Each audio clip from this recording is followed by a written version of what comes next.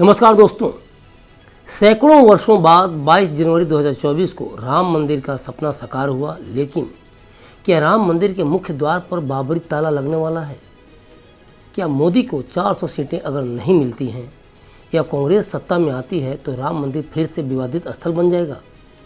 ये सवाल बड़ा अजीब है, लेकिन तय मानिए नेताओं के जिस तरह से बयान आ रहे हैं उसमें कुछ भी संभव है। इस पूरे मामले को समझना हो तो सबसे पहले पीएम मोदी का ये बयान सुनिए, जिसमें उन्होंने मध्य प्रदेश के धार में एक जनसभा को संबोधित करते हुए कहा कि मोदी 400 सीटें क्यों मांग रहा है, यह देश को जानना जरूरी है। मोदी को 400 सीटें चाहिए ताकि मैं इंडी गठबंधन की हर साजिश को रोक सकूं। मोदी को 400 सीट चाहिए ताकि कांग्रेस अयोध्या में राम मंदिर पर बाबरी ताला न लगा दे। मोदी 400 सीटें क्यों मांग रहा है, ये भी देश को जानना बहुत जरूरी है।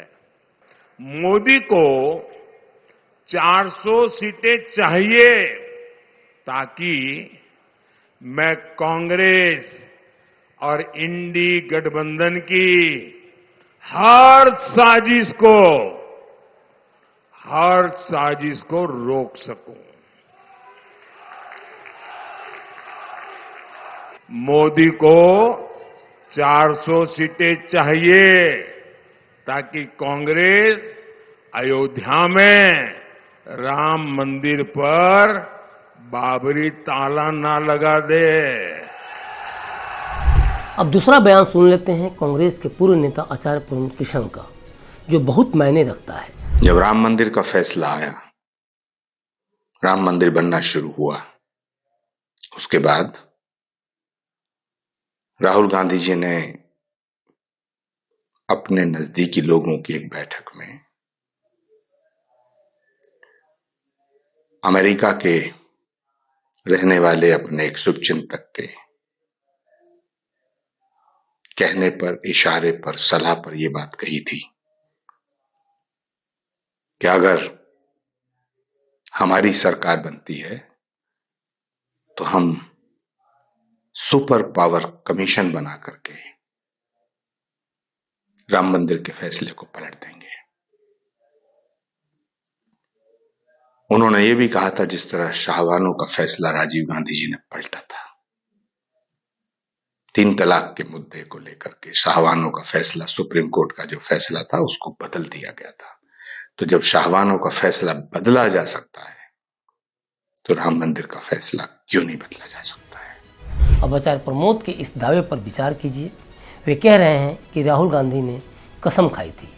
अगर आचार्य प्रमोद के दावे में तनिक भी सच्चाई है तो सवाल उठता है कि राहुल गांधी ने कसम क्यों खाई है? क्या राम मंदिर बनने से वे बदले की भावना में जल रहे हैं? क्या राहुल गांधी किसी खास कौम को खुश करने के लिए इस तरह की कस्में खा रहे हैं? दूसरी बात जो आचार्य प्रमोद कह रहे हैं वो है राहुल गांधी द्वारा राम मंदिर पर सुप्रीम कोर्ट के फैसले को पलटने के लिए सुपर पावर कमीशन बनाने की, ताकि राहुल का यह कमीशन सुप्रीम कोर्ट के उस फैसले को पलट दे। बता दें कि 9 नवंबर 2019 को राम मंदिर बाबरी मस्जिद विवाद का अंतिम फैसला हुआ था। सुप्रीम कोर्ट ने अपने फैसले में कहा था कि 2.77 एकड़ की विवादित जमीन है, वह रामलला की जन्मभूमि है। कोर्ट ने इस जमीन को उस ट्रस्ट को सौंपने को फैसला सुनाया था। सुप्रीम कोर्ट द्वारा दिए गए इस फैसले ने अयोध्या में राम मंदिर के निर्माण के लिए कानूनी मंजूरी दे दी, जिसका सपना 22 जनवरी को साकार हुआ।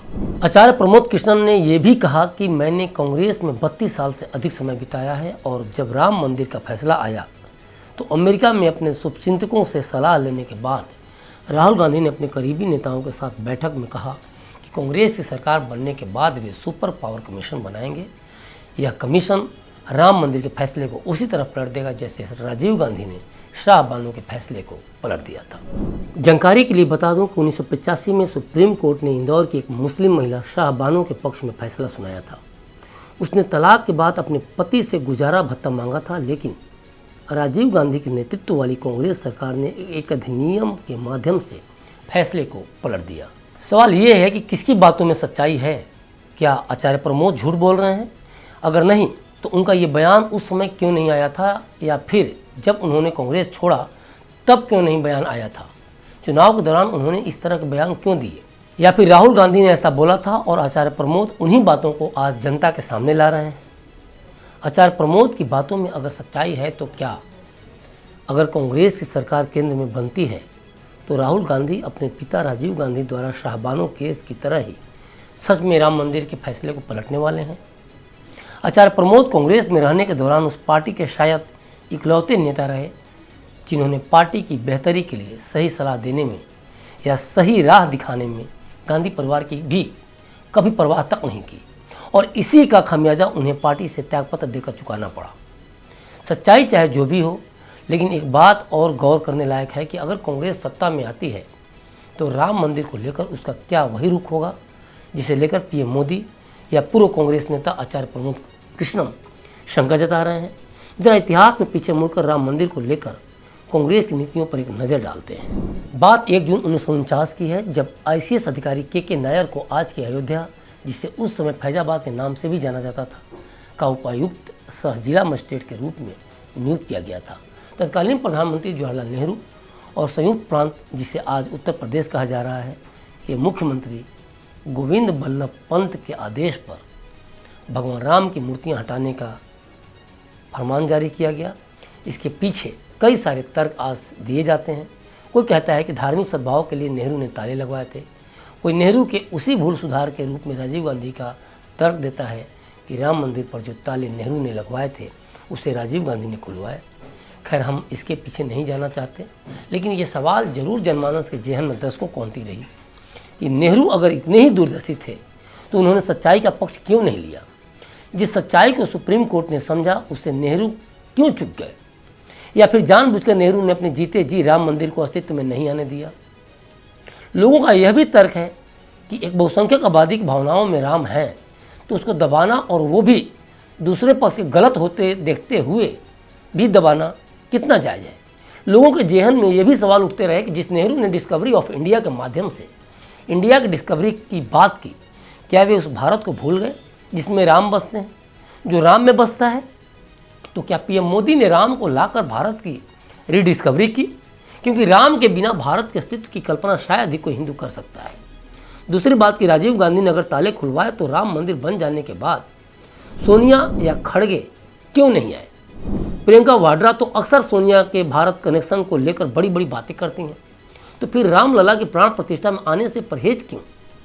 क्या सोनिया गांधी इसलिए नहीं आई कि दूसरा कौम नाराज हो जाएगा?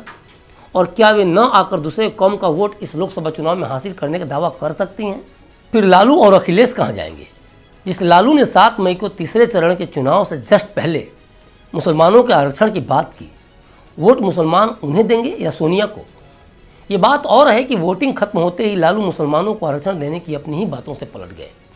खैर, अब आ जाते हैं मूल मुद्दे पर। नेहरू और गोविंद बल्लभ पंत ने राम की मूर्तियां हटाने का जो आदेश के नायर को दिया था, उस अधिकारी ने भगवान राम की मूर्तियों को हटाने का उन लोगों का निर्णय मानने से इनकार कर दिया। वे बहुसंख्यक की भावनाओं के साथ चले और अपने जमीर की सुनते हुए उन्होंने प्रधानमंत्री और मुख्यमंत्री का आदेश दरकिनार कर दिया। के नायर को सरकार के आदेश नहीं मानने की सज़ा मिली और उन्हें तुरंत निलंबित कर दिया गया। हालांकि नायर ने कांग्रेस सरकार के खिलाफ मुकदमा लड़ा था और उन्हें अपना आईसीएस का पद वापस मिल गया था। राम मंदिर के लिए प्रयास करने वाले नायर बाद में सांसद बने थे, उनकी पत्नी भी सांसद बनी थी। हालांकि इंदिरा सरकार ने नायर और उनकी पत्नी को आपातकाल के दिनों में गिरफ्तार भी करवाया था। अब 1991 के उस दौर को समझिए जब प्लेस ऑफ वर्शिप एक्ट 1991 तत्कालीन कांग्रेसी सरकार द्वारा लाया गया और उस वक्त देश के प्रधानमंत्री थे पीवी नरसिम्हा राव। 1991 में लागू किया गया यह प्लेस ऑफ वर्शिप एक्ट कहता है कि 15 अगस्त 1947 से पहले अस्तित्व में आए किसी भी धर्म के पूजा स्थल को किसी दूसरे धर्म के पूजा स्थल में नहीं बदला जा सकता। एक्ट की धारा 2 कहती है कि 15 अगस्त 1947 में मौजूद किसी धार्मिक स्थल में बदलाव के विषय में यदि कोई याचिका कोर्ट में पेंडिंग है तो उसे बंद कर दिया जाएगा। तो क्या यह एक्ट हिंदुओं को उनसे छीने गए पूजा स्थलों पर दावा करने से रोकता है? अब सवाल उठता है कि इस कानून को लाने के पीछे का कांग्रेस का मकसद क्या था?